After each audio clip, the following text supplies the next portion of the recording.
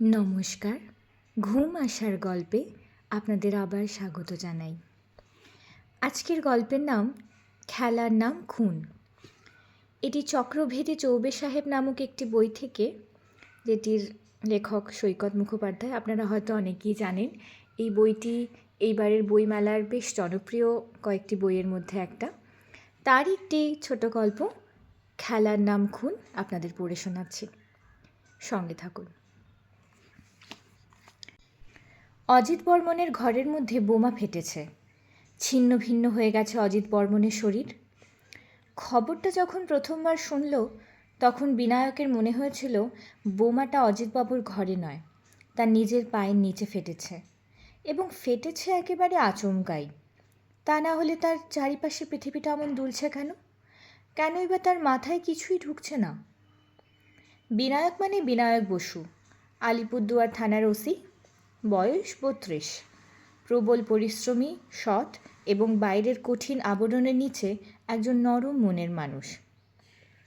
নিহত অজিত বর্মনের পরিচয়টা অবশ্য এত সংক্ষেপে দেওয়া যাবে না, কারণ তার কথা বলতে গেলে তাদের পারিবারিক ব্যবসার কথা, অজিতবাবুর দাদা অসীম বর্মনের কথা এবং অবশ্যই সন্ত্রাসবাদী যুগল বসুমাতারির কথা বলতে হবে। তা না হলে তিনি কেন খুন হলেন সেটা বোঝা যাবে না। আলিপুরদুয়ারের পূর্ব দিকে বাংলা আসাম সীমান্তে 12বিশা বলে একটা শহর আছে। বর্মনরা সেখানকার বনেদি কাঠ ব্যবসায়ী। তাদের 60 বছরের পুরনো করাতকলের নাম ডুয়ার্স স মিল। অজিত বর্মনের দাদুর আমলে ব্যবসা ছিল জমজমাট। তখন অরণ্য সংরক্ষণ আইন এত জোরদার হয়নি। আসামের জঙ্গলের দামি দামি কাঠ বর্মনদের করাতকলে চেরাই হয়ে ভারতের বিভিন্ন প্রান্তে ছড়িয়ে পড়ত। তারপরে আইনের কড়াকড়ি হলো। উত্তরবঙ্গের বহু করাতকলের মতো বর্মনদের ডুয়ার্স সমিলও কাঠের অভাবে ঢুকতে লাগলো। এভাবেই বেশ কয়েকটা বছর কেটে গেল। তারপর কয়েক বছর আগে ডুয়ার্স সমিল আবার জেগে উঠল। বর্মনদের গোলায় রাতের অন্ধকারে দামি দামি গাছের প্রকাণ্ড সব গুঁড়ি, যাকে ব্যবসার পরিভাষায় বলে লগ, ঢুকতে শুরু করলো। আবার রাত পোহানোর আগে সেই সব লগ চেরাই হয়ে পাচার হতে লাগলো কলকাতায়। আসলে আসামের জঙ্গলে তখন আক্ষরিক অর্থেই জঙ্গলের রাজত্ব শুরু হয়ে গিয়েছিল। সন্ত্রাসবাদী পরিচয়ের আড়ালে একদল খুনে গুন্ডা সেখানে সমস্ত সরকারি পাহারা উড়িয়ে দিয়ে নিজেদের রাজত্ব কায়েম করে বসেছিল। আর তাদেরই এক নেতা যুগল বসুমাতারির সঙ্গে হাত মিলিয়েছিল অজিত বর্মনের দাদা অসীম বর্মন। যুগল বসুমাতারি আর তার দলবল জঙ্গলে কাঠ কাটবার সময় বন্দুক হাতে চোরা কাঠুরিদের প্রোটেকশন দিত। তাদেরই লোকজন হাতে স্টেন গান নিয়ে ট্রাকের ড্রাইভারের পাশে বসে সেই সব লগ পৌঁছে দিত ডুয়ার্স সমিলের উঠোনে। ফরেস্ট ডিপার্টমেন্টের লোকজন বা পুলিশ সব কিছু জানলেও তাদের আটকাবার ক্ষমতা ধরত না। চোরাই কাঠের ব্যবসায় কয়েক বছরের মধ্যে অসীম বর্মন লালের লাল হয়ে উঠল। পুরনো আমলে টিনের চাল দেওয়া বাংলো ভারী ভেঙে সেখানে পাকা দোতলা বাড়ি তুলল। 8 সিটের গাড়ি কিনল। তবে সকলেই বুঝতে পারত সমস্ত টাকা তার একা হজম করবার সাহস ছিল না। মোটা রকমের এক ভাগ নিশ্চয়ই যুগলকেও দিতে হতো। মাত্র 5 বছর অসীম বর্মনের এই সুসময় চলেছিল। তারপরে আবার চাকা ঘুরল। আসামের জঙ্গলের মিলিটারি ক্র্যাকডাউন শুরু হলো। অন্যান্য বহু সন্ত্রাসবাদী গ্রুপের মতন যুগল বসুমাতারির দলও ভেঙে চুরে ছত্রা খান। ফলে অসীম বর্মনের কাঠের ব্যবসাও আবার শুকিয়ে গেল। এই পুরো সময়টাতেই অজিত বর্মনের ভূমিকা ছিল নিছক দর্শকের। অজিত এবং অসীম দুই ভাইয়ের চরিত্রে আকাশ পাতাল তফাৎ। অজিত বর্মন যখন জন্মেছিলেন তখন তাদের ব্যবসার খুবই দুরবস্থা। ফলে তিনি ব্যবসায় ঢোকার কথা ভাবেননি কখনো। বিএ পাশ করে 12বিশার একটা প্রাইমারি স্কুলে শিক্ষকতা করতেন। শেষ দিন অবধি সেই কাজই করে গেছেন। দুই ভাইয়ের জীবনযাত্রা ছিল সম্পূর্ণ অন্যরকমের। অজিতবাবু সাধারণ পোশাক আশাক পরতেন। বই কেনাটাকে যদি বাজে খরচা ধরা হয় তাহলে সেটুকুই ছিল তার বাজে খরচ। খুব বেশি কথাও বলতেন না, তবে যেটুকু বলতেন তার পেছনে ওর বুদ্ধি এবং জ্ঞানের ছাপ থাকত। 12বিশার লোকজন তাই অজিত মাস্টারমশাইকে খুবই সম্মানের চোখে দেখত। উল্টো দিকে অসীম বর্মনের স্বভাবে দাম্ভিকতা ছিল খুব বেশি। ব্যাচেলার অসীম খাওয়া দাওয়া বিলাসবসনে অনেক পয়সা ওড়াতো। দুই ভাইয়ের মধ্যে বাইরে কোনো মিল না থাকলেও ভালোবাসার অভাব ছিল না। রক্তের টান বলে একটা ব্যাপার আছে তো, সেটা কোনো যুক্তি মানে না।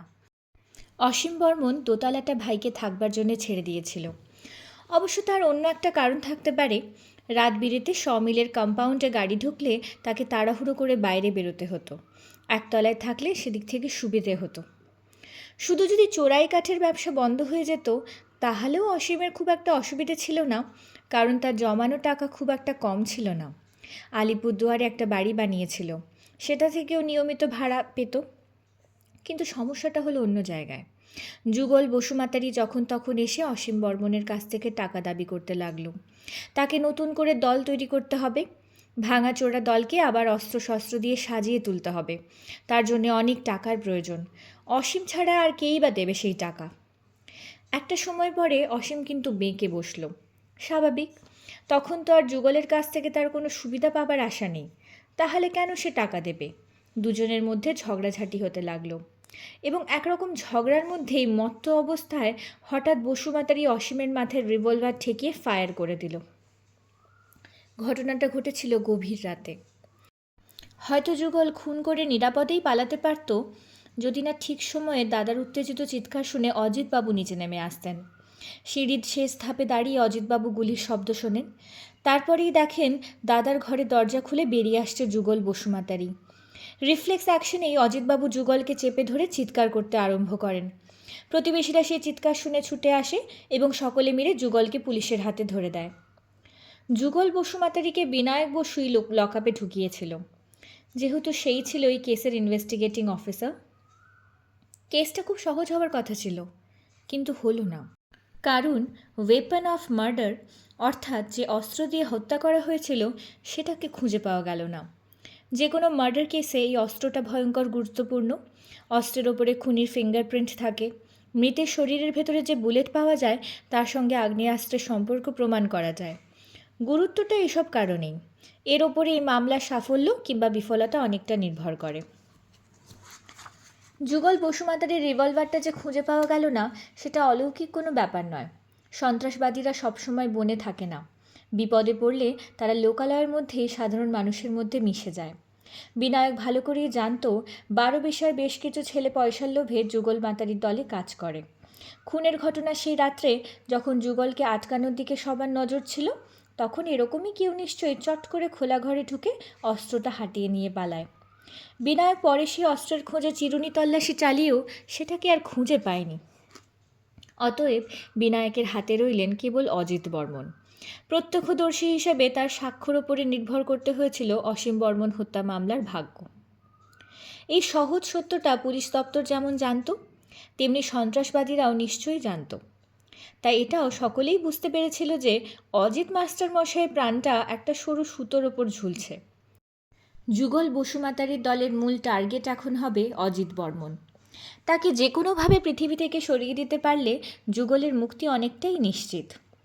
সবাই যা বুঝবে বিনায়ক বসুর মতো দুধে পুলিশ অফিসার তা বুঝবে না, এটা তো হয় না। অতএব যুগল বসুমাতারিকে হাজতে পড়ার পরেই দ্বিতীয় কাজ যেটা বিনায়ক বসু করেছিল, সেটা হলো বর্মন বাড়ির চারপাশে 24 ঘন্টা সশস্ত্র পুলিশ প্রহরার ব্যবস্থা করা। তবু শেষ রক্ষা হলো না। কাল বাদে পরশু কোর্টে মামলা ওঠার কথা, আর আজ সকাল 7টায় বিনায়ক বসুর মোবাইলে খবর এলো অজিত বর্মনের দোতলার ঘরে প্রকাণ্ড এক বিস্ফোরণ ঘটেছে। ছিন্ন ভিন্ন হয়ে গেছে অজিত বর্মনের শরীর। বিনায়কের পায়ের তলায় মাটি দুলে উঠল। পরের দিন সকালবেলা কুচবিহার এয়ারস্ট্রিপের লাগোয়া একতলা বাড়িটার ছাদের পাঁচিলে হাত রেখে দাঁড়িয়েছিল বিনায়ক। চারিদিকে অজস্র ফুলের টব, মরশুমি ফুল গাছের চারা লাগানো হয়েছে। গার্ডেন চেয়ারটাও রয়েছে কয়েকটা। মাঝে একটা বেতের টেবিলের ওপরে রয়েছে আজকের খবরের কাগজ। এ বাড়ির কাজের লোক বিনায়কের এই পর্যন্ত নিয়ে এসে বলেছিল, একটু বসুন, বাবু এক্ষুনি আসবেন। কিছুক্ষণ একটা চেয়ারে বসে কাগজের কয়েকটা পাতা উল্টাচ্ছিল বিনায়ক, কিন্তু বোধহয় মানসিক অস্থিরতার জন্যই বেশিক্ষণ বসে থাকতে পারেনি। উঠে পায়চারি করতে শুরু করেছিল। শরৎকাল এসে গেছে। সকালেই এক পশলা বৃষ্টি হয়ে যাওয়ার ফলে আকাশ এখন ঘন নীল। বছরের এই সময়টায় কুচবিহার শহরের উত্তর দিগন্তে দাঁড়িয়ে থাকা ভুটান পাহাড়ের সারি বেশ স্পষ্টভাবেই চোখে ধরা দেয়, আর সেই দিকেই তাকিয়ে দাঁড়িয়েছিল বিনায়ক। হঠাৎ পেছন থেকে কে যেন বলে উঠল, সত্যি পুলিশের চাকরিতে ছুটি পাওয়া এক সমস্যা। পুজোর সময় আরেকবার দার্জিলিং যেতে পারলে তো ভালোই লাগতো। কিন্তু পারবেন কি? এত চমকে উঠল বিনায়ক যে বলবার কথা নয়। বিনায়ককে ঘুরে দাঁড়াতে দেখে বয়স্ক মানুষটি মুচকি হেসে আবার জিজ্ঞেস করলেন, কি ঠিক বলিনি? কিন্তু আপনি আমার মনের কথা জানলেন কেমন করে? Elementary my dear Binayak. Binayak Basu, তাই তো? হ্যাঁ, ঠিকই বলেছেন, বসু। কিন্তু আমি যে দার্জিলিংয়ে যাওয়ার কথা ভাবছি সেটা আপনি বুঝলেন কেমন করে? আপনি প্রথমে একদৃষ্টিতে অনেকক্ষণ ওই পাহাড়গুলোর দিকে তাকিয়েছিলেন। তারপর আপনার নজর ঘুরে গেল আপনার বাঁ হাতের কবজির ওই রিস্ট ব্যান্ডটার দিকে।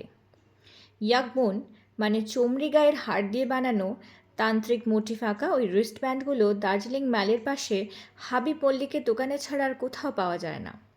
রিস্ট ব্যান্ডটার দিকে তাকিয়ে আপনি নিশ্চয়ই গতবারের ট্যুরটার কথাই ভাবছিলেন, কারণ আপনার মুখে একটা তৃপ্তির হাসি ফুটে উঠেছিল। তারপর আপনি কি করেছিলেন মনে পড়ছে কি?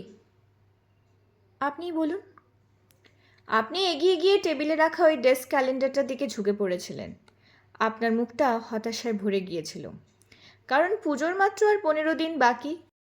অথচ এই সময়ে অজিত বর্মনের হত্যাকারী আপনাকে 20 বাঁও জলে ফেলে দিয়ে গেছে। ওই ঘরে জানলা দাঁড়িয়ে আমি পুরোটাই দেখেছি। তারপরেও কি মনের কথাটা আন্দাজ করা খুব শক্ত? চলুন বসা যাক। একটা গার্ডেন চেয়ার টেনে এনে ভদ্রলোকের মুখোমুখি বসতে বসতে বিনায়কের এই প্রথমবারের জন্য মনে হলো কোথাও একটা আশার আলো দেখা যাচ্ছে, কারণ উল্টো দিকের ওই বয়স্ক মানুষটির নাম উমাশঙ্কর চৌবে। আর তার ডিটেকশনের বহর যা দেখা গেল এইমাত্র, তা বাজপেয়ী সাহেবের কথার সঙ্গে অক্ষরে অক্ষরে মিলে যাচ্ছে। ওর সম্বন্ধে বাজপেয়ী সাহেব বলেছিলেন তদন্তের যে পর্যায়ে গিয়ে অন্য অফিসাররা আটকে যেত, সেখান থেকেই উমাশঙ্কর চৌবের কাজ শুরু হতো। গতকাল বাজপেয়ী সাহেবই দিশেহারা বিনায়ককে বলেছিলেন, রিপোর্টে যদি লেখো অজিত বর্মনের ঘরে ভূতে আরডিএক্স রেখে গেছে, কিংবা উনি নিজেই আরডিএক্স ফাটিয়ে আত্মহত্যা করেছেন, তাহলে তোমার সম্মান বাড়বে না বিনায়ক। তার চেয়ে তুমি একবার চৌবে সাহেবের কাছে যাও। উনিও পুলিশ সার্ভিসেই ছিলেন। 5 বছর আগে অ্যাডিশনাল এসপি সাহেব রিটায়ার করেছেন। উনি হয়তো তোমাকে একটা রাস্তা দেখাতে পারবেন, যদিও উনি 5 বছর আগে রিটায়ার করেছেন। তারপর নিজেই আবার বললেন, সেটা কোনো ব্যাপার না। উমাশঙ্কর চৌবে মাথা দিয়ে কাজ করতেন। ট্রেনিংয়ের অভাবে ফিজিক্যাল ফিটনেস কমতে পারে, মাথার ফিটনেস কমবে না। তুমি কাল সকালেই চৌবে সাহেবের কাছে চলে যাও। আমি ফোনে ওকে তোমার কথা বলে রাখছি। সেই মতোই এখানে এসেছে বিনায়ক। ইতিমধ্যে কাজের লোকটি 2 কাপ চা আর স্ন্যাক্স রেখে গিয়েছিল। ইশারায় বিনায়ককে চা পান করতে বলে চৌবে সাহেব সরাসরি কাজের কথায় চলে এলেন। বললেন, মিস্টার বাজপেয়ীর কাছ থেকে মোটামুটি পুরো ঘটনাটা শুনেছি, তবে আপনার কাছ থেকে কয়েকটা ডিটেলস জানতে চাই। আপনি প্রশ্ন করুন স্যার, আমি উত্তর দিচ্ছি। উমাশঙ্কর চৌবে প্রথমেই প্রশ্ন করলেন, দোতলায় অজিতবাবুর সঙ্গে আর কে থাকতেন? ওর স্ত্রী আর মেয়ে। তারা নিশ্চয়ই বোমা রাখবে না, একটু সন্দেহের জায়গা রেখেই যেন বললেন তিনি। বিনায়কের মনে পড়ল গোয়েন্দা গল্পের প্রথম সূত্র কাউকে সন্দেহের ঊর্ধ্বে না রাখা। সে উত্তর দিল, না স্যার, হ্যাপি ফ্যামিলি। তাছাড়া মেয়েটার বয়স মাত্র 12 বছর। অজিতবাবু একটু দেরিতেই বিয়ে করেছিলেন। ওকে, ওই কদিন ওরা কেউ বাড়ির বাইরে বেরোয়নি শুনলাম। তাই ঠিক। ওর যা কিছু প্রয়োজন তার সবই আমার লোকেরা এনে দিয়েছিল। ওর স্কুল এবং ওর মেয়ের স্কুলে 2 জায়গাতেই ছুটি চলছিল, সেটাও একটা সুবিধে ছিল। বাড়ির ভেতরে ঢোকেওনি কেউ। একমাত্র কাজের মেয়ে বেনু। বেনু 10 বছর ধরে ওই বাড়িতে কাজ করছে।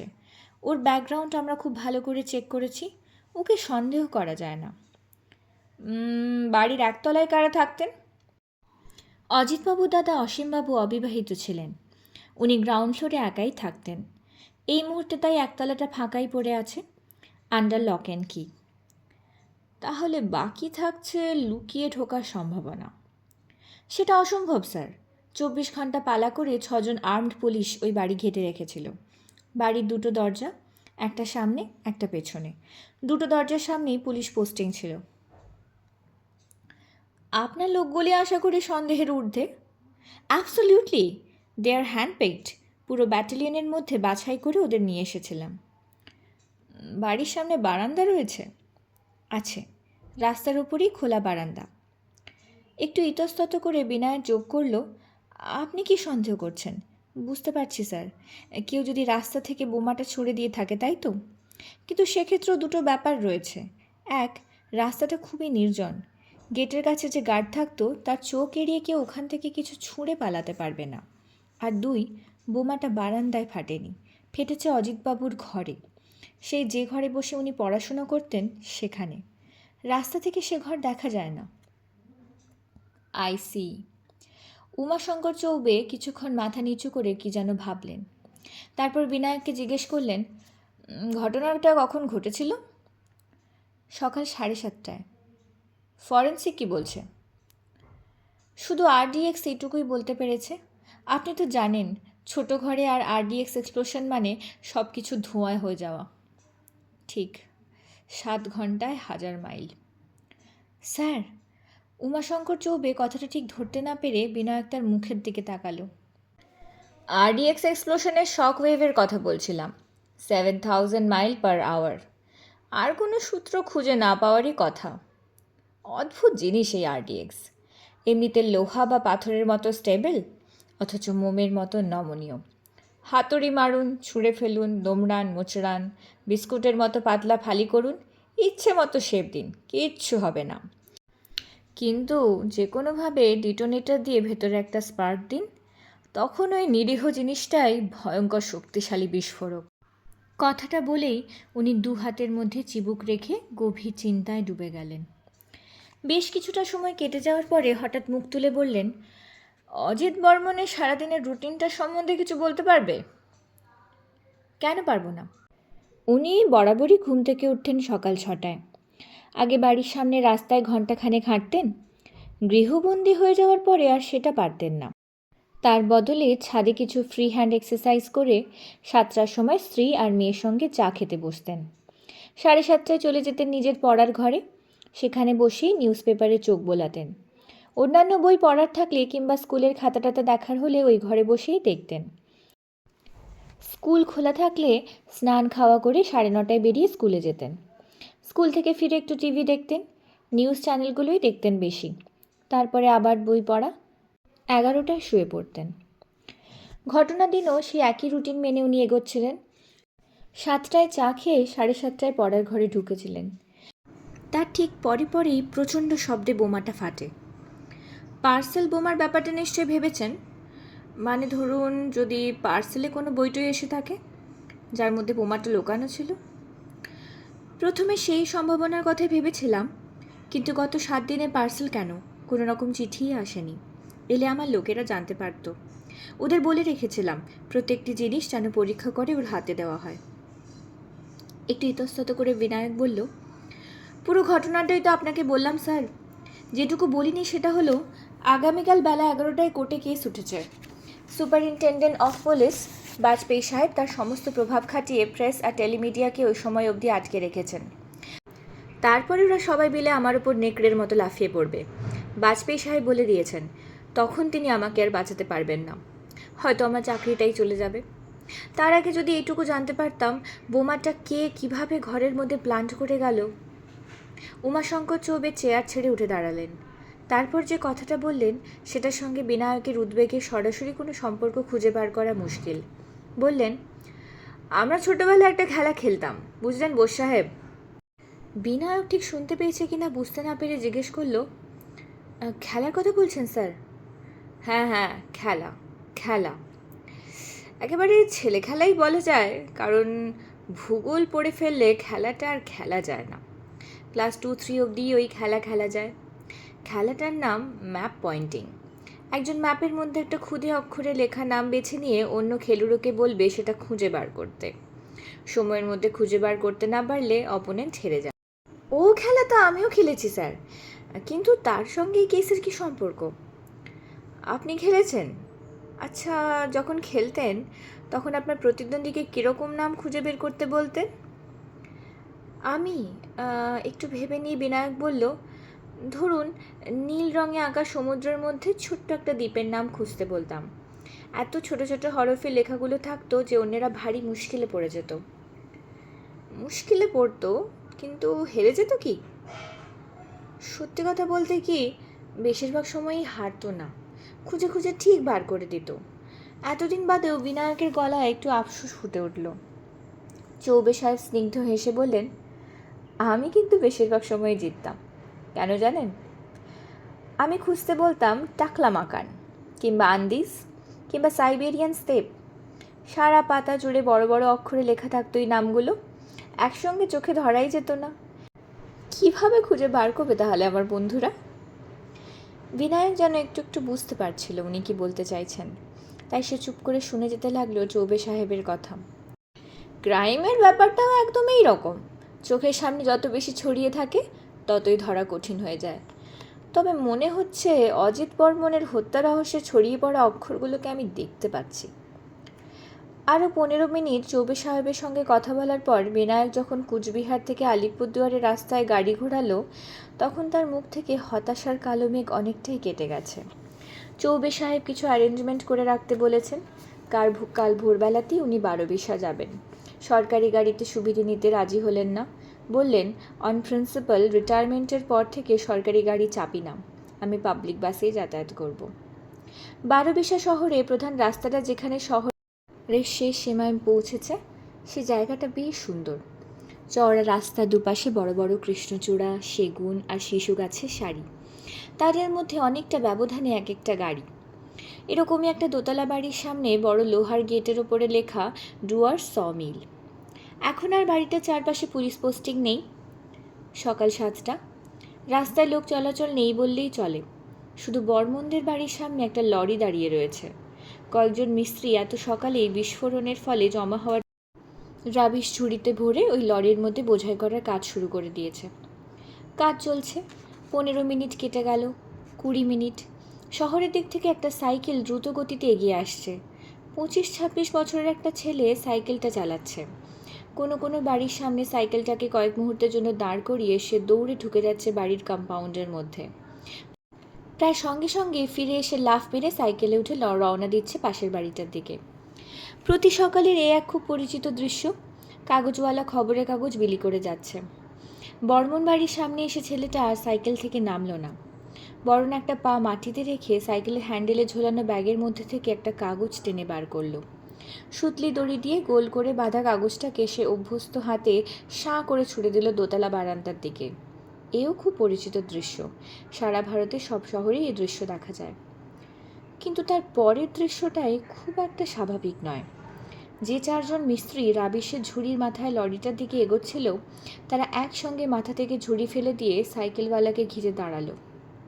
তাদের প্রত্যেকের হাতে এখন এক একটা করে রিভলভার। খবরের কাগজ বিলি করা ছেলেটা এতটাই হতভম্ব হয়ে পড়েছিল যে পালাবার বা বাধা দেওয়ার কোনো চেষ্টাই করল না। ডুয়ার স মিলে টিনের চালার আড়াল থেকে একটা পুলিশ জিপ গেট পেরিয়ে ধীরে ধীরে রাস্তায় বেরিয়ে এলো। তার মধ্যে ছেলেটাকে তুলে দেওয়ার পরে পেছনের সিট থেকে নেমে এলেন উমাশঙ্কর চৌবে। 4 জন মিস্ত্রির মধ্যে একজন ছদ্মবেশের গামছা দিয়ে মুখটা মুছে নিয়ে বলল, এর কথা আমরা ভাবিনি স্যার। আপনাকে বলেছিলাম না বোস সাহেব, ম্যাপ পয়েন্টিংয়ের কথা। চোখের সবচেয়ে সামনে যে থাকে তাকে দেখতে পাওয়া সব থেকে কঠিন। মজা দেখুন, আপনি আমাকে অজিত বর্মনের প্রতিদিনের কাগজ পড়ার অভ্যেসের কথা বলেছিলেন, অথচ সেই কাগজের মধ্যেই যে RDX থাকতে পারে সেটা ভেবে দেখেননি। বিনায়ক বলল, এখন পুরো ঘটনাটাই যেন চোখের সামনে দেখতে পাচ্ছি স্যার। অজিত বর্মন বারান্দা থেকে প্রতিদিনের মতো কাগজের মোড়কটা কুড়িয়ে নিলেন। ওজনে নিশ্চয়ই সামান্য হেরফের ছিল, তবে আজকাল তো মাঝে মধ্যেই কাগজের সঙ্গে সাপ্লিমেন্টের 8-10 পাতা বাড়তি থাকে, কাজেই ও নিয়ে তার মনে কোনো সন্দেহ জাগেনি। তারপর তিনি নিজের ঘরে ঢুকে সুতলির বাঁধন খুলে গুটিয়ে রাখা কাগজটাকে সোজা করে রাখার চেষ্টা করলেন। শুধু সেই দিন ওই কাজটা করার সঙ্গে সঙ্গে কাগজের ভাঁজে লুকিয়ে থাকা একটা হালকা ফিউজ ক্যাপ ভেঙে গেল। অ্যাক্টিভেট হয়ে গেল ডিটোনেটর। RDX-এর পাতের মধ্যে দিয়ে ছুটে গেল স্পার্ক, এবং বিস্ফোরণে টুকরো টুকরো হয়ে গেল অজিত মাস্টার মশাইয়ের শরীর। একদমই তাই। বিনায়ককে পাশে নিয়ে হাঁটতে হাঁটতে উমাশঙ্কর চৌবে মন্তব্য করলেন, কাগজওয়ালা ছেলেটির সম্বন্ধে খোঁজ নিয়ে দেখুন। আমার মনে হয় ও জেনুইন কাগজওয়ালাই হবে। এক টিপে রাস্তা থেকে দোতলা 3 তলায় বারান্দায় কাগজ ছুড়ে দেওয়ার বিদ্যেটা কোনো টেররিস্টের পক্ষে 4-5 দিনে আয়ত্ত করা সম্ভব নয়। সম্ভবত যুগল বসুমাতারি সাগরেরা ওকে টাকার লোভ দেখিয়ে বা ভয় দেখিয়ে দলে টেনেছিল। ওকে ইন্টারোগেট করলে কিং পেঙ্গলোর হদিশ পেয়ে যাবেন। স্যার, হঠাৎ দাঁড়িয়ে পড়ে চৌবে সাহেবের হাত দুটো জড়িয়ে ধরল বিনায়ক। আপনি যে আমাকে কত বড় লজ্জার হাত থেকে বাঁচালেন, এখন অন্তত আমি খুনিগুলোকে ধরে কোর্টে প্রডিউস করতে পারবো। আপনি না থাকলে সেটুকুও পারতাম না। কি যে বলো ভায়া! এই প্রথম উমাশঙ্কর চৌবে বিনায়ককে তুমি করে বললেন। এইসব কথা ছেড়ে দিয়ে বরঞ্চ দার্জিলিংয়ের হোটেলটা বুক করে ফেলো। পুজোর সময় বড় ভিড় হয় ওখানে। একটা আগুয়ান বাসকে হাত দেখিয়ে দাঁড় করিয়ে চট করে উঠে পড়লেন উমাশঙ্কর চৌবে। নমস্কার। আজকের গল্পটি কেমন লাগলো আমাকে জানাবেন এবং আমার ভুল ত্রুটি দয়া করে মার্জনা করিবেন, এবং আপনাদের যদি কোনো পছন্দের গল্প থাকে আমাকে নিশ্চয়ই জানাবেন, আমি পড়ে শোনাবার চেষ্টা করব। সবাই ভালো থাকবেন, সুস্থ থাকবেন। টাটা।